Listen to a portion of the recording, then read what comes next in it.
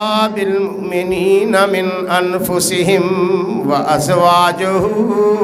أمهاتهم وأولو الأرحام بعضهم أولى ببعض في كتاب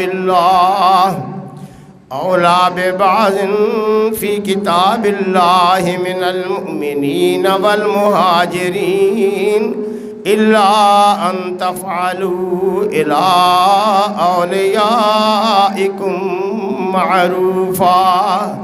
كان ذلك في الكتاب مسطورا۔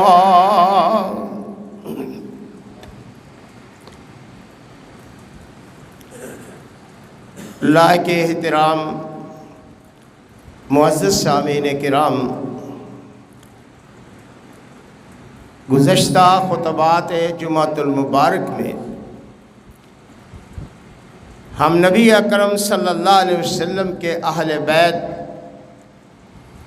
پر اپنی معروضات پیش کر رہے ہیں۔ اس ضمن میں عرض کیا گیا تھا کہ اہل بیت میں ازواج مطہرات امہات المومنین کو بھی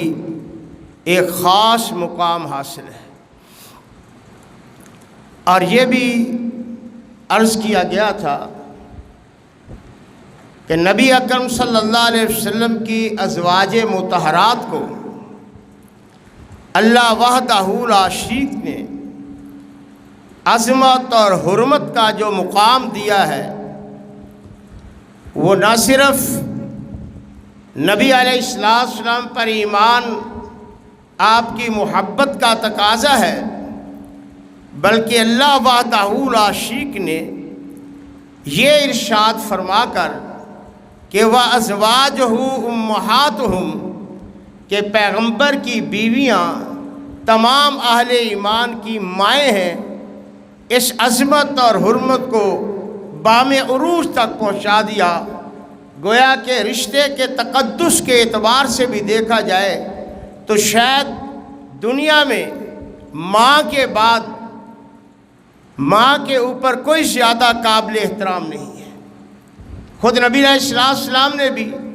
ایک حدیث پاک میں اشارہ فرمایا ہے۔ قرآن تو کہتا ہے نا کہ والوالدین احسانا، اللہ کے بعد والدین کا احترام، ان کے ساتھ حسن سلوک ہی سب سے زیادہ اہم ہے، اور والدین میں سے باپ کی نسبت ماں کو زیادہ مقام دیا گیا ہے۔ تو پیغمبر کی بیویاں ہماری روحانی مائیں ہیں، اور ان کی عظمت اور حرمت ہماری نسبی اور حقیقی ماؤں سے بھی کہیں زیادہ بڑھ کر ہے۔ اسی لیے بعض شارحین حدیث نے لکھا ہے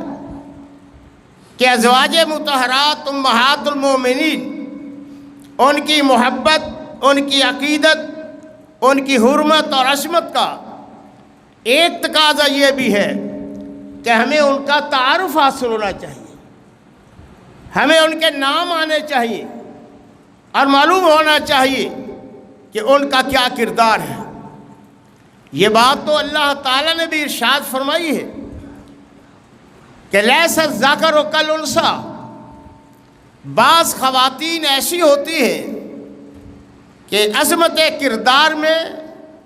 آدمی بھی ان کا مقابلہ نہیں کر سکتے۔ اسی طرح ازواج مطہرات کا جو مقام و مرتبہ نبی علیہ السلام کی نسبت سے ہے وہ اپنی جگہ پر، مگر اسلام،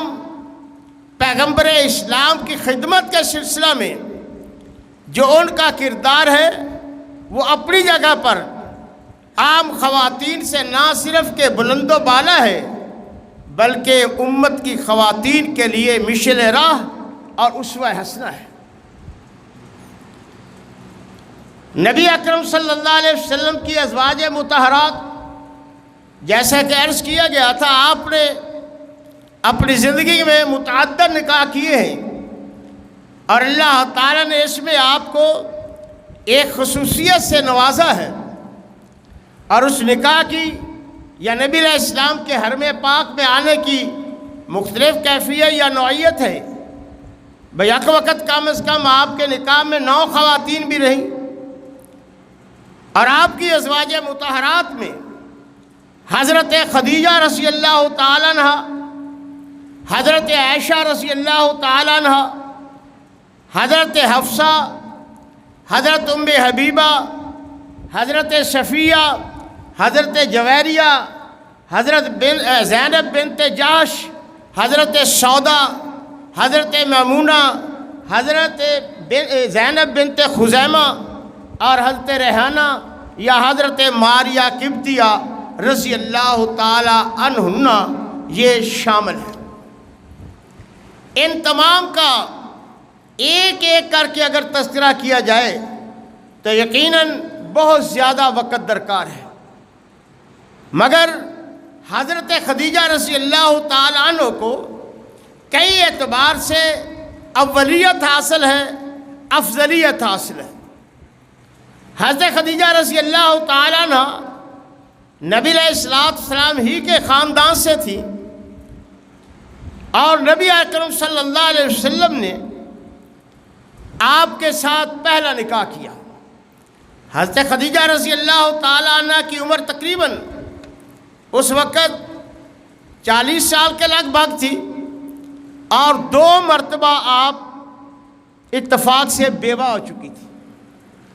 حضرت خدیجہ رضی اللہ تعالی عنہ کا پہلا نکاح ابو حالہ بن زرارہ سے ہوا، وہ فوت ہو گئے۔ پھر دوسرا نکاح عتیق بن عیس سے ہوا، اتفاق سے وہ بھی فوت ہو گیا، آپ بیوہ ہو گئے۔ پھر تیسرا نکاح نبی اکرم صلی اللہ علیہ وسلم سے ہوا، اور یہ بات سبھی کو معلوم ہے کہ حضرت خدیجہ رضی اللہ تعالی عنہ تجارت پیشہ تھی، آپ کا بڑا وسیع کاروبار تھا، اور آپ کا کاروبار بیرون ملک تک پھیلا ہوا تھا، تجارتی قافلوں کے ساتھ مال بھیجتی، کبھی شام کہیں اس طرح اللہ تعالیٰ نے آپ کو بڑا متمول اور بہت ہی صاحب حیثیت بنایا تھا، اور آپ مستغنی تھی۔ لیکن عورت اور مرد کی اپنی طبعی اور نفسی ضرورت ہوتی ہے۔ حضرت خدیجہ رضی اللہ تعالیٰ عنہ اگرچہ خاندانی شرافت و نجابت سے پلس اضافی طور پر خود ایک نیک سیرت اور اچھی شہرت کی حامل خاتون تھیں، لیکن پھر بھی عورت ہونے کے اعتبار سے آپ کو بھی نکاح کی ضرورت تھی، مگر آپ کے معیار کا شرافت و نجابت میں آپ کے ہم پلہ اور کفو یہ اس ماحول میں تلاش کرنا بہت مشکل تھا۔ بہرحال وقت گزرنے کے ساتھ ساتھ آپ کو آپ کی ایک سہیلی نفیسہ بنت امیہ نے اس چیز کا اظہار کیا کہ اگر آپ نکاح کرنا چاہیں تو میں یہ خدمت انجام دیتی ہوں کہ آپ کے لیے کوئی اچھا رشتہ تلاش کر۔ حضرت نفیسہ بنت امیہ نے نہایت دیانتداری، آج کل تو ہوتا نا اشتہار آتے ہیں تلاش رشتہ کے لیے، یا جو آج کل میرج سینٹر بنائے ہوئے لوگوں نے، یہ ایک کاروبار، لیکن یہ بہت حساس اور دیانتداری کا معاملہ ہے۔ کسی کا کسی جگہ رشتہ کروانا یا رشتے کے متعلق معلومات فراہم کرنا یہ بہت ذمہ داری اور دیانتداری امانت کا کام ہے۔ ولا تکتموا الشہادہ کے تحت اسلام نے اگرچہ کسی کی بدخوئی عیب جوئی کی اجازت نہیں دی، لیکن یہ معاملہ ایسا حساس ہے کہ اگر آپ سے کوئی کسی کے متعلق رشتے کی معلومات لے تو آپ دیانتداری کے ساتھ بتائیں کہ بھئی ان کی یہ معلومات ہیں، یہ خوبیاں ہیں یا معاشی طور پر یہ کوتاہیاں ہیں۔ ایسا کرنا اللہ کے ہاں جرم نہیں ہے، کیونکہ آپ نے 2 خاندانوں کو جوڑنا ہے، اسلامی معاشرے میں ایک نئے گھر کو بسانا ہے۔ اگر آپ نے دیانتداری کو استعمال نہ کیا، بددیانتی کی خیانت کی، رشتہ داری کا احساس رکھا، دوستی کا احساس رکھا، کاروباری تعلق کا خیال رکھ کے غلط معروفات کر کے کسی کو غلط جگہ پہ پھنسا دیا تو آپ اس جرم کے ذمہ دار ہو۔ اس لیے اس بات میں اگر یہ نیکی اور خیر کا پہلو ہے کہ دو گھروں کو جوڑ دینا، دو خاندانوں کو ملا دینا، رشتے کی رہنمائی کر دینا، یہ خدمت خلق ہے، مگر اس میں دیانتداری کو پیش نظر رکھنا چاہیے، کسی قسم کی غلط بیانی سے کام لے لینا چاہیے۔ معیار ان کی ڈیمانڈ یا شروط یا دلچسپی اس کے مطابق انسان کو صحیح کردار ادا کرنا چاہیے۔ تو حضرت نفیسہ نے جب یہ پیشکش کی تو دونوں طرف سے آپ نے معلومات لے کر ایک دوسرے سے رابطے کی کوشش کی۔ تو حضرت خدیجہ رضی اللہ تعالیٰ عنہ کو بتایا گیا کہ محمد رسول اللہ صلی اللہ علیہ وسلم جو گاہے بگاہے آپ کا مال تجارت بھی لے کر جاتے ہیں، اگر آپ مناسب کریں سمجھے تو ان کے ساتھ ہی رابطہ نہ کر لیا جائے۔ اب معروضی طور پر تو کچھ معلومات تھیں کہ نبی علیہ السلام جب تجارت کا مال لے کر جاتے نہایت دیانتداری کے ساتھ، جو پرافٹ جو منافع ہوتا، جو اونچ نیچ جو بھی معاملات سارے صداقت اور دیانت امانت کے ساتھ حضرت خدیجہ کے سامنے رکھتے، اور برکت تو ہی تھی، خیر تو تھی ہی تھی، بڑھوتی اضافہ بھی تھا، مگر سب سے بڑی بات کہ دیانتداری تھی کاروباری۔ جب یہ بات چلی تو حضرت خدیجہ جو پہلے ہی سے متاثر تھیں، انہوں نے اس بات پہ رضامندی کا اظہار کر دیا، اور ادھر سے نبی علیہ السلام سے بھی رابطہ کیا گیا، انہوں نے بھی اظہار رضامندی کر دیا۔ یہ معاملہ بہرحال آپ کے ورثاء کی طرف سے، ادھر حضرت خدیجہ کی طرف سے جو کچھ بھی ہوا معاملہ طے پا گیا۔ اس موقع پر جو ہمارے لیے سبق کی بات ہے وہ ہے حضرت خدیجہ رضی اللہ تعالیٰ عنہ کا وہ تأثر جو اس رشتہ کو قبول کرتے وقت انہوں نے اظہار فرمایا۔ جب نبی علیہ السلام کے ساتھ نکاح کا معاملہ طے پایا تو حضرت خدیجہ رضی اللہ تعالی عنہ نے فرمایا انہو دعانی الی الباس الیک ما بلغنی من صدق حدیثک وعظم امانتک وکرم اخلاقک۔ اے محمد رسول اللہ صلی اللہ علیہ وسلم، میں نے جو آپ کو پیغام نکاح بھیجا ہے یا آپ کے متعلق جو میری دلچسپی پیدا ہوئی ہے نکاح کی، وہ مال و دولت نہیں ہے، وہ کوئی محض حسن و جمال نہیں ہے، محض خاندانی شرافت اور نجابت نہیں ہے، صرف چند باتیں میں نے آپ کی ایسی دیکھی ہیں جنہوں نے مجھے آپ سے نکاح کرنے پر آمادہ کیا ہے۔ اور انہوں نے پہلی بات کیا ہے، من صدق حدیثک، آپ سچی بات کرتے ہیں، صداقت سچائی یہ آپ کا شعار ہے، وعظم امانک، اور آپ کی امانت داری اس نے مجھے متاثر کیا ہے، آپ صادق بھی ہیں، امین دیانتدار بھی ہیں، وکرم اخلاقک، اور آپ کا بلند اخلاق ہے جس نے مجھے متاثر کیا ہے۔ یہ یعنی تین چیزیں ہیں جس کو حضرت خدیجہ رضی اللہ تعالیٰ نے نکاح کی بنیاد بنایا ہے، اور یہی وہ الفاظ ہیں حضرت خدیجہ رضی اللہ تعالیٰ نے نبی علیہ السلام کی تجارت کے وقت کہے تھے، یہی لفظ تجارت میں کہے، اور ایسے ہی الفاظ نکاح کے وقت کہے، بلکہ ایک روایت میں آتا ہے انی قد رغبت فیک لحسن خلقک وصدق حدیثک، کہ جناب میں نے آپ کا تجارت کی ہے تو ان خوبیوں کی بنا پر کی ہے، آپ سچے ہیں، امانت دار ہیں، بااخلاق ہیں، اور میں نے نکاح بھی کیا ہے تو اس لیے کیا ہے کہ آپ کا اخلاق بڑا بلند ہے اور آپ ہمیشہ سچائی سے کام لیتے ہیں۔ یعنی جو بات تجارت کی ترجیحات بنی، معاملات کی ترجیحات بنی، وہی بات نبی علیہ السلام کے ساتھ نکاح کی، دونوں جگہ جو ہمارے لیے ایک تازیانہ عبرت ہے، کہ آج ہم بھی کاروبار کرتے ہیں، معاملات پارٹنرشپ ہوتی ہے اور یہ ایک مجبوری ہے، لیکن کیا ہم نے کبھی یہ معیار رکھا ہے؟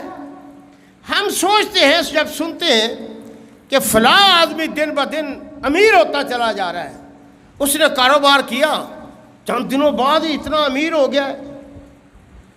لاکھوں سے کاروبار بنایا، وہ اربوں خربوں تک پہنچ گیا ہے،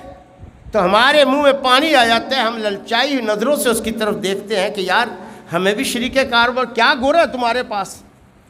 کیا گدڑ سنگھی ہے جس کے ساتھ تم اتنا کاروبار بڑھا رہی ہے، ہمیں ملا لو۔ قطع نظر اس سے کہ وہ سودی کاروبار کرتا ہے، قطع نظر اس سے کہ وہ ملاوٹ کرتا ہے، قطع نظر اس کے کہ وہ جھوٹ بولتا ہے، قطع نظر اس کے کہ وہ کسی کے ساتھ دھوکہ کرتا ہے، وہ عیب چھپا کر چیز فروخت کرتا ہے، وہ ملاوٹ کرتا ہے، ہم نے یہ چیزیں کبھی نہیں سوچی، ہم نے ان چیزوں کی پرواہ نہیں کی، ہم صرف ایک ہی چیز دیکھتے ہیں کہ ہمارے سرمایہ میں بڑھوتری کیسے ہو، ہمارے کاروبار میں اضافہ کیسے ہو، اور بے نہیں یہی ترجیح ہماری رشتہ داری میں ہوتی ہے۔ حضرت خدیجہ رضی اللہ تعالیٰ نے تجارت میں بھی یہ 3 باتیں کہیں اور یہی تاثر نکاح کے وقت دیا، مگر ہم نکاح میں بھی کیا سوچتے ہیں؟ مال و دولت کو ترجیح دی جائے، حسن و جمال کو ترجیح دی جائے، حسب و نسب کو ترجیح دی جائے، دنیاوی منصب اس کو ترجیح دی جائے، دینداری کو نہیں دیکھتے، دیانت داری نہیں دیکھتے، امانت داری نہیں دیکھتے، سچائی کو نہیں پرکھتے، اعلیٰ اخلاق ہمارے پیش نظر نہیں ہوتا، اور اسی چیز کا نتیجہ ہے کہ نبی علیہ السلام نے فرمایا تھا نا، فاظفر بذات الدین، نکاح کا معاملہ ہو مال و دولت کو ترجیح نہ دو، دنیاوی مفادات، دنیاوی ترجیحات کو ترجیح نہ دو، بلکہ کیا ہے؟ دینداری کو اختیار کرو۔ فرمایا اگر ایسا نہیں الا تفعلوا تکن فتنۃ فی الارض وفساد کبیر، اگر تم نے یہ معیار نہ رکھا، دنیا داری کو اپنا لیا، کوئی اور لالچ لے لیا، اس پر آپ نے نکاح کر لیا، تو پھر سمجھو دنیا میں فساد ہوگا اور بگاڑ پیدا ہو جائے گا، پھر یہ فساد اور بگاڑ تمہارے کنٹرول میں نہیں رہے گا۔ آج اگر ہم دیکھیں دیانتداری کے ساتھ اپنے معاشرتی مسائل کا تجزیہ کریں، اپنے معاشرتی مشکلات کا تجزیہ کریں، گھریلو نچاکی کا تجزیہ کریں، کاروبار میں بے برکتی کا جائزہ لیں، تو یقیناً ہم جب گریبان میں جھانک کر اپنے ضمیر سے سوال کریں گے تو ایک ہی جواب آئے گا کہ تم نے وہ معیار قائم نہیں رکھا جو معیار اللہ اور اللہ کے رسول نے کاروبار میں دیا، یا جو معیار اللہ کے رسول صلی اللہ علیہ وسلم نے نکاح کے معاملات میں قرابت داری رشتہ داری میں دیا۔ حضرت خدیجہ رضی اللہ تعالیٰ عنہ، ان کی زندگی کا نچوڑ اور خلاصہ یہ ہے، اگر ہم انہیں اپنے لیے نمونہ سمجھیں تو ہماری یہ اماں جی، جن کو اللہ تعالیٰ اللہ کے رسول نے بڑا مقام دیا ہے، مگر ان کے عظمت کردار میں یہ سب سے اہم نقطہ ہے کہ حضرت خدیجہ رضی اللہ تعالیٰ عنہ نے تجارت میں یہ فرمایا کہ اِنَّهُ دَعَانِي عَلَى الْبَاسِ إِلَيْكَ مَا بَلَغَنِي مِنْ صِدْقِ حَدِيثِكَ وَعَزْمِ أَمَانَتِكَ وَكَرْمِ أَخْلَاقِكَ۔ جناب میں نے تجارت اس لیے آپ کو ساتھ کی ہے، آپ کو تجارت میں اس لیے مال سپرد کیا ہے کہ آپ کی شہرت ایسی ہے۔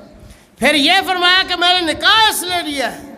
میری رغبت اور دلچسپی کی بنیاد یہ ہے کہ وہ کیا ہے؟ لحسن خلق و صدق حدیث۔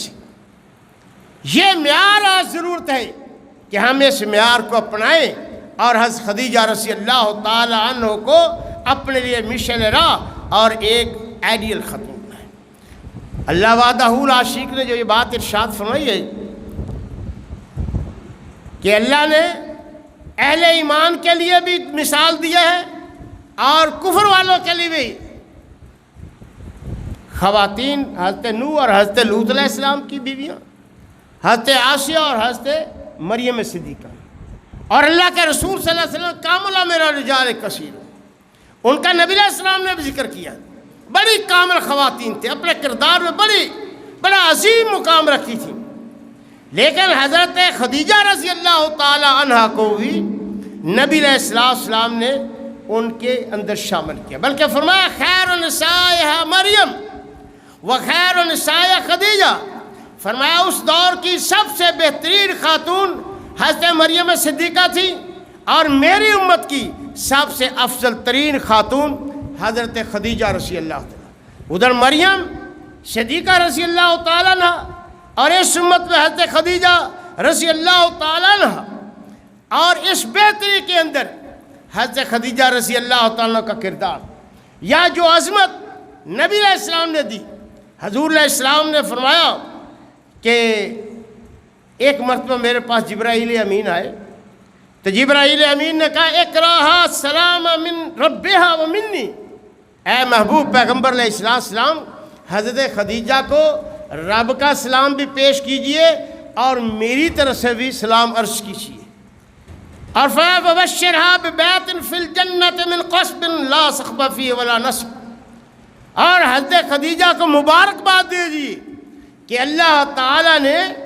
جنت میں ان کے لیے ایک ایسا گھر تیار کیا ہے جو ایک ہی موتی، یعنی پورے موتی کا اس کو کرید کر ایک ہی گھر، جس میں نہ کوئی پریشانی ہے، نہ شور و غل ہے، نہ تھکن ہے، نہ ملال، نہ حزن، کچھ بھی نہیں. حضرت خدیجہ رضی اللہ کتنی خوش قسمت ہے کہ رب انہیں السلام بھیج رہا ہے کہ اقرا السلام من ربها و منی، اللہ کی طرف سے سلام پیش کیجئے، میرا بھی سلام عرض کیجئے. اور نبی علیہ السلام اکثر کہا کرتے تھے جب خدیجہ کا ذکر ہوتا، حضرت عائشہ نے پوچھی یا رسول اللہ آپ ایسے ہیں جیسے آپ کسی کو دوسری بیوی کو اہمیت ہی نہیں دیتے، عائشہ کا خدیجہ کا ذکر کرتے. آپ فرمایا انہا کانت و کانت، عائشہ تمہیں پتہ نہیں ہے اس کا کردار جو ہے خدیجہ ہی تھی. اور وہ خدیجہ کیا تھی؟ نبی علیہ السلام نے فرمایا ما ابدانی اللہ عز و جل خیرا منہا، عائشہ سنو خدیجہ کا کردار، اس سے اللہ نے بہتر خاتون مجھے نہیں کوئی دی. خدیجہ وہ ہے قد آمنت بی اذ کفر الناس، جب لوگوں نے میری تکفیر، میرا انکار کیا، اذ کفر الناس، لوگ کافر بن گئے، میرا انکار کیا، میرا رد کیا، مجھ پہ ایمان نہیں لائے، قد آمنت بی، اس وقت خدیجہ ایمان لائے. یہی نہیں وقد صدقنی اذ کذبنی الناس، جب لوگوں نے میری تکذیب کی تب عائشہ نے خدیجہ نے تصدیق کی. لوگ مجھے جھوٹا کہہ رہے تھے مگر میری نبوت پر ایمان لانے والی سب سے پہلی خاتون خدیجہ سی. وواسنی بمالہا اذ حرمنی الناس، اور خدیجہ نے سارا مال میرے قدموں پر نشاور کر دیا جب لوگ مجھے پائی دینے کے لیے تیار نہیں تھے. سارا مال نبی علیہ السلام کے سپرد کر دیا کہ اللہ کے حبیب صلی اللہ علیہ وسلم یہ سارا مال